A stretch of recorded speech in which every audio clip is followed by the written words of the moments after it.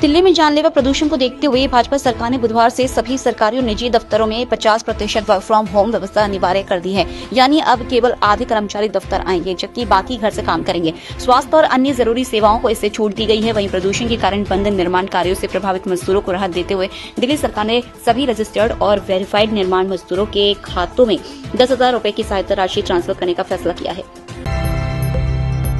कांग्रेस अध्यक्ष मल्लिकार्जुन खड़गे ने नेशनल हेराल्ड मामले पर दिल्ली में प्रेस कॉन्फ्रेंस कर कोर्ट के फैसले का स्वागत किया और भाजपा सरकार पर तीखा हमला बोला। उन्होंने कहा कि यह मामला पूरी तरह राजनीतिक बदले की भावना से प्रेरित है। खड़गे ने आरोप लगाया कि सीबीआई और ईडी जैसी एजेंसियों का इस्तेमाल कर कांग्रेस नेताओं खासकर गांधी परिवार को निशाना बनाया जा रहा है। उन्होंने कहा कि बिना एफआईआर के जांच शुरू की गई है और कोर्ट का फैसला न्याय के पक्ष में। उल्लेखनीय है कि दिल्ली की अदालत ने सोनिया गांधी और राहुल गांधी के खिलाफ ईडी की चार्जशीट पर संज्ञान लेने से इनकार कर दिया था।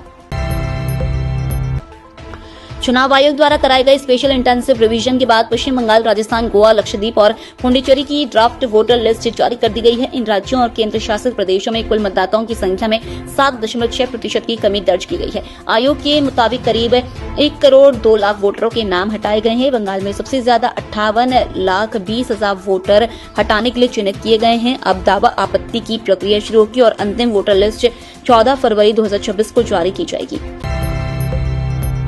संसद के शीतकालीन सत्र का बुधवार को 13वां दिन है। लोकसभा और राज्यसभा में प्रश्नकाल जारी है। सरकार लंबित विधेयकों को पारित कराने पर फोकस कर रही है। आज लोकसभा में विकसित भारत गारंटी फॉर रोजगार एंड आजीविका मिशन यानी वीवीजी रामजी बिल 2025 पर चर्चा हो सकती है। कांग्रेस ने इस बिल के विरोध में अपने सांसदों को व्हिप जारी किया है और बिना चर्चा के बिल पास कराने का विरोध किया है। उत्तराखंड के ऋषिकेश में तेज रफ्तार महिंद्रा XUV 500 कार सड़क किनारे खड़े ट्रक से टकराकर उसके नीचे घुस गई। हादसे में कार सवार 4 दोस्तों की मौके पर ही मौत हो गई। घटना 16 दिसंबर की रात की है। हादसे के बाद सड़क पर चीख पुकार मच गई। पुलिस ने मौके पर पहुंचकर शवों को बाहर निकाला और जांच शुरू कर दी। प्रधानमंत्री नरेंद्र मोदी को इथियोपिया ने अपना सर्वोच्च सम्मान द ग्रेट ऑनर निशा ऑफ इथियोपिया प्रदान किया है। वे यह सम्मान पाने वाले पहले वैश्विक नेता बने हैं।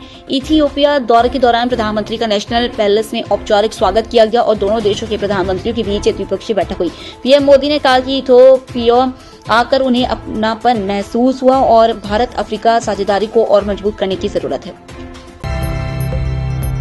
अमेरिका के राष्ट्रपति डोनाल्ड ट्रंप ने 5 और देशों के नागरिकों और फिलिस्तीनियों के अमेरिका आने पर पूर्ण प्रतिबंध लगा दिया है। इसके अलावा 15 देशों पर आंशिक बैन लगाया गया है। नए फैसले के बाद कुल 39 देशों पर अमेरिका आने को लेकर पूर्ण या आंशिक प्रतिबंध लागू हो गया है। ये प्रतिबंध 1 जनवरी से प्रभावी होंगे। राष्ट्रीय सुरक्षा और वीजा नियमों के उल्लंघन का हवाला देते हुए यह कदम उठाया गया है। ट्रंप प्रशासन 19 दिसंबर को कुख्यात यौन अपराधी जेफरी एप्स्टाइन से जुड़े दशकों पुराने सरकारी रिकॉर्ड सार्वजनिक कर सकता है। इसमें ईमेल, तस्वीरें और अहम दस्तावेज शामिल होंगे। इससे पहले ट्रंप, बिल क्लिंटन और बिल गेट्स समेत कई बड़ी हस्तियों की तस्वीरें सामने आ चुकी हैं। अब सभी रिकॉर्ड सार्वजनिक होने से दुनिया भर में राजनीतिक और कारोबारी हलचल में हलचल तेज हो गई है।